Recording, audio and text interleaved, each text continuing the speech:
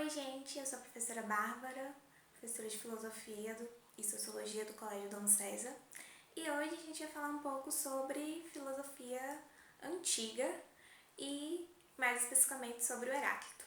Mas antes de a gente começar a falar sobre esse filósofo, eu queria falar um pouquinho sobre como que está a Grécia Antiga nesse período que a filosofia começa a ser mais fomentada, digamos assim, né?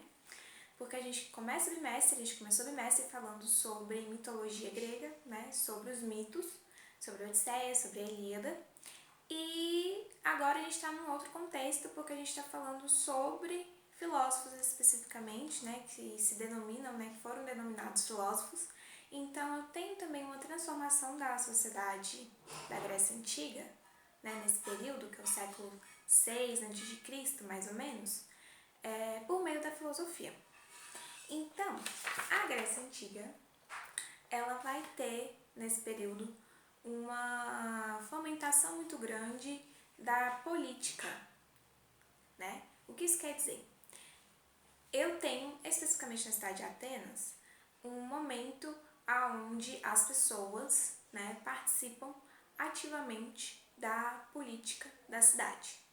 Então, um grupo de cidadãos, né, específicos, iam para a praça, né, e iam discutir as decisões que seriam tomadas para o bem da cidade.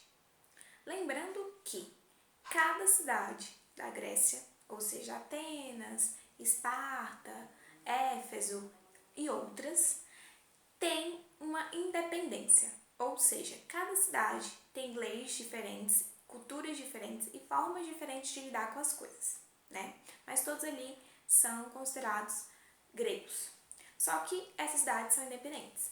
Por elas serem independentes, elas são chamadas de cidade-estado.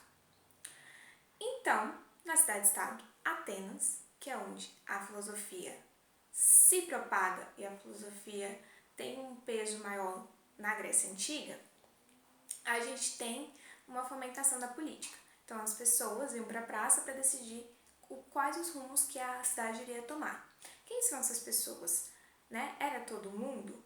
Era os comerciantes, mulheres, crianças, idosos, todo mundo ia? Não. Só era considerado cidadão, nesse período em Atenas, homens maiores de 21 anos, que tinham posse, né? E que fossem atenienses. Também não podia ser de uma cidade estrangeira. Então, a gente tem aqui o quê?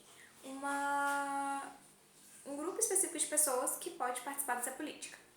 A partir dessa participação política, a partir dessas discussões sobre os rumos que a polis pode ter, os rumos que a polis, no caso, né, se referindo à cidade, né, se referindo à política, eles passam a discutir filosofia. Então, os nossos filósofos, os filósofos iniciais que a gente está discutindo, que é o Tales, o Anaximenes, o Anaximandro, Pitágoras e tem vários outros que a gente não trabalhou ainda, eles estão investigando, no primeiro momento, questões sobre a origem das coisas, né? Então, no primeiro momento, eles não estão tão atentos com a questão política. Eles são influenciados por isso, né?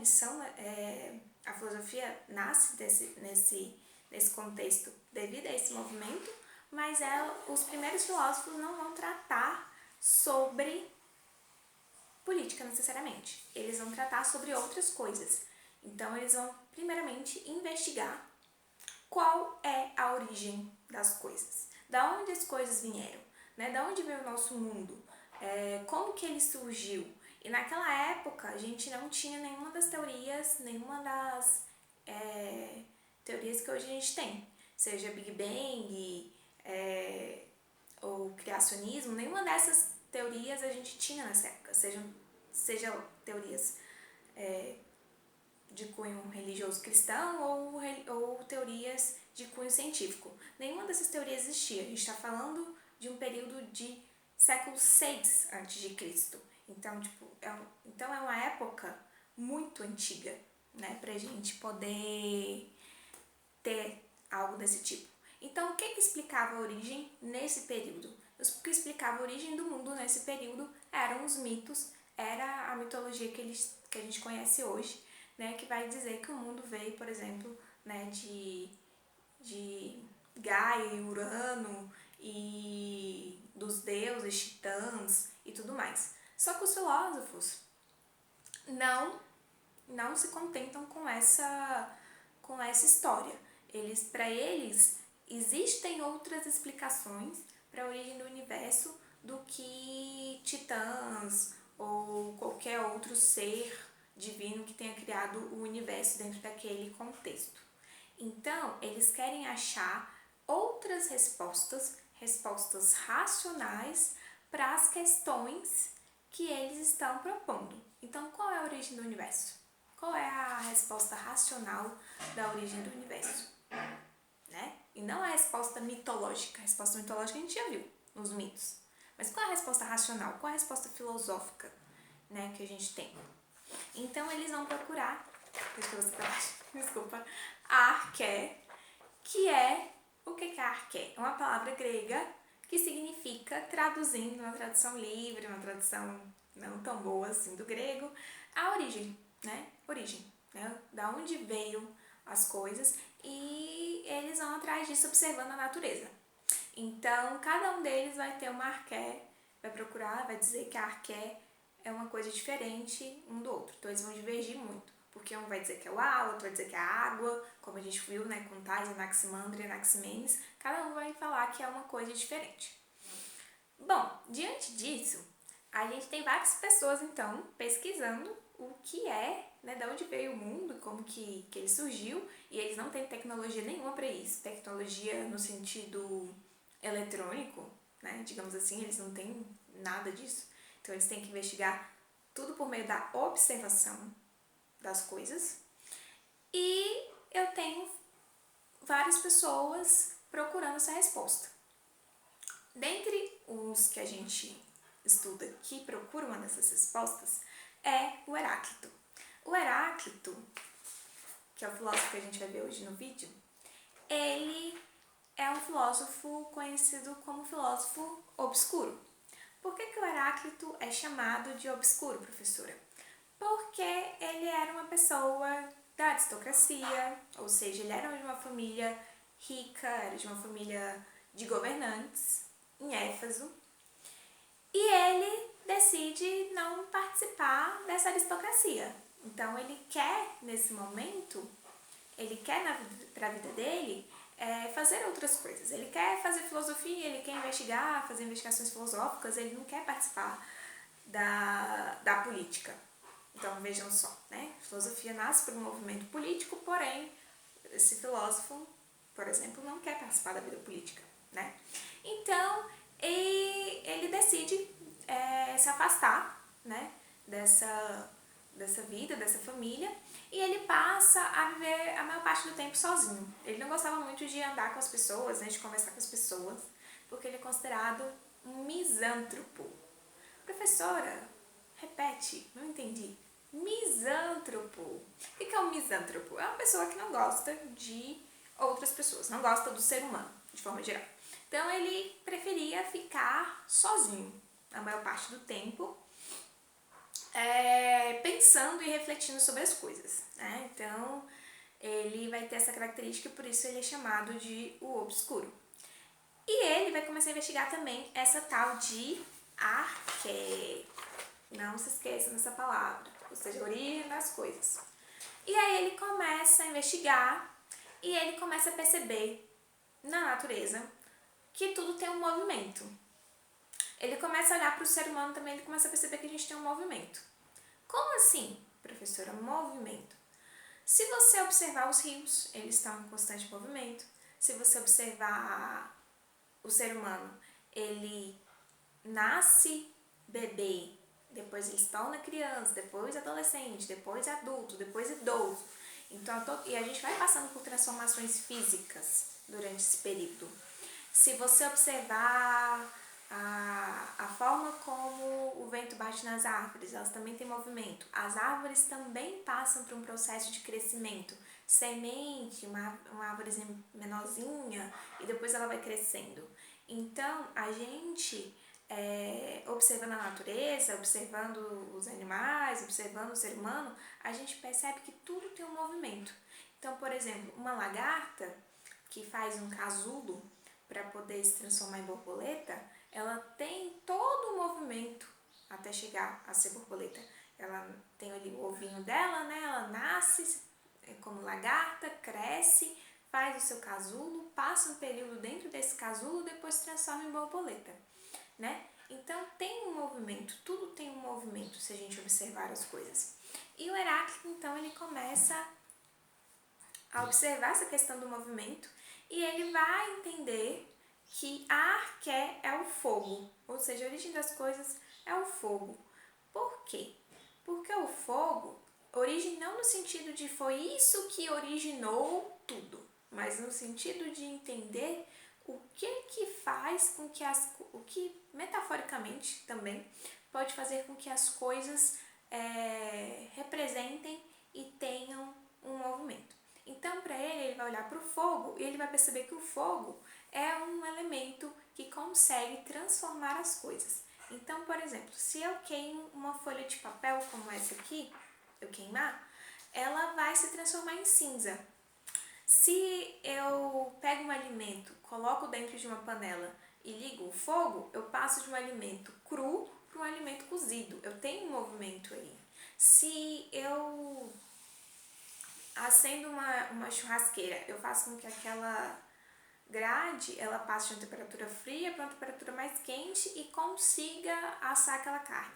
Então, o fogo faz com que as coisas entrem em movimento e esse movimento é um movimento de transformação. Ou seja, o movimento é o que faz que a gente veja a transformação das coisas. Seja das pessoas, seja da natureza, ou seja de qualquer outro elemento que tenha contato com essa movimentação.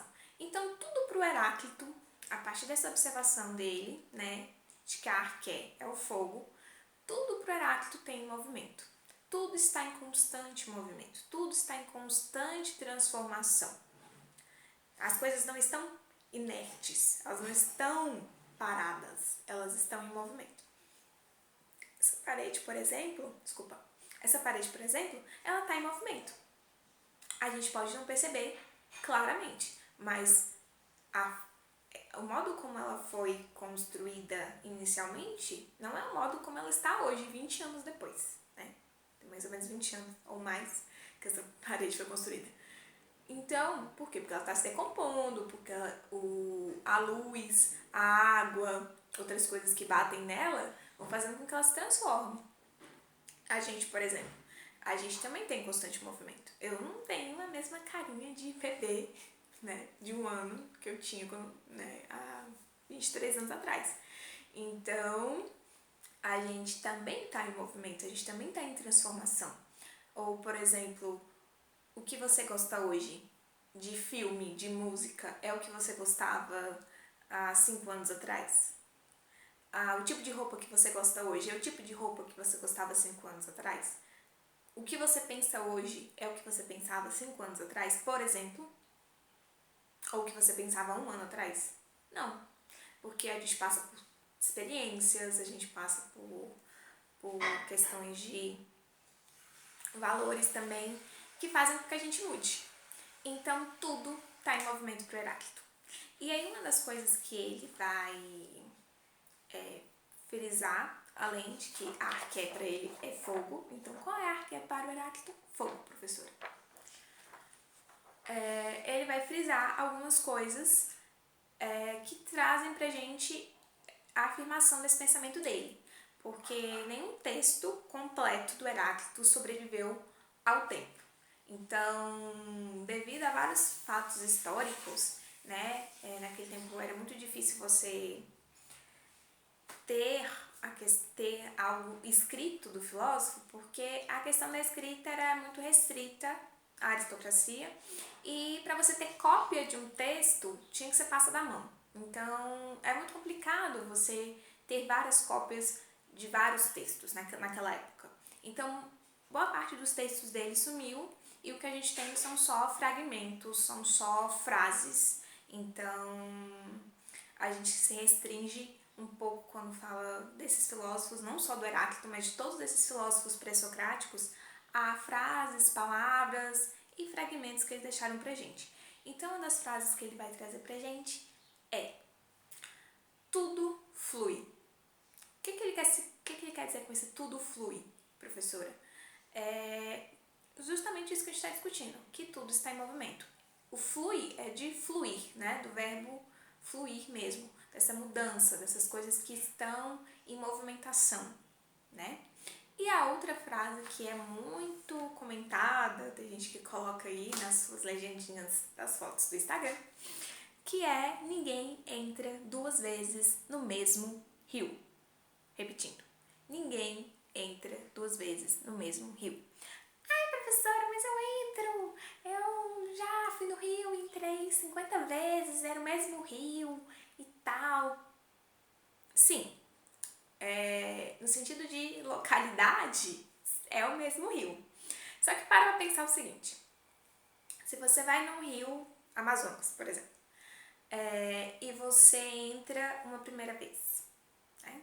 E aí depois você sai, vai fazer outra coisa e volta a entrar. O rio tem água corrente. Quando você entrou, a água que estava ali era uma. Agora que você entrou de novo, a água que está ali é outra. E você também não é mais o mesmo, porque você está em constante transformação, nem que seja pouquíssima coisa, mínima, mas você está em transformação. Então, no primeiro mergulho você é uma pessoa e a água do rio é uma. No segundo mergulho você já é outra pessoa e a água já é outra. Então, essas duas frases, tudo flui e ninguém pode entrar duas vezes no mesmo rio, são frases que ele deixou pra gente e infelizmente não tem os textos completos pra gente poder ler, pra gente poder acompanhar. Bom, esse foi o nosso vídeo de hoje sobre o Heráclito. Espero que vocês tenham gostado. Podem deixar sugestões, críticas, só não sejam tão críticos assim, porque... críticos assim, no sentido negativo, porque eu sei que poderia ser um pouco melhor, mas, né, eu não tenho o melhor equipamento do mundo, né, tô usando meu celular, barulho, enfim, de fundo, sempre vai ter algum barulho de fundo, é impossível, onde eu moro não ter barulho. E eu também tô aprendendo, né, não sou expert, não sou youtuber, né, mas eu tô aprendendo, tô tentando aí dar o meu melhor. Mas podem se deixar sugestões, críticas, pensamentos, tá bom? Então, um beijo, se cuidem, lavem as mãos e até o próximo vídeo.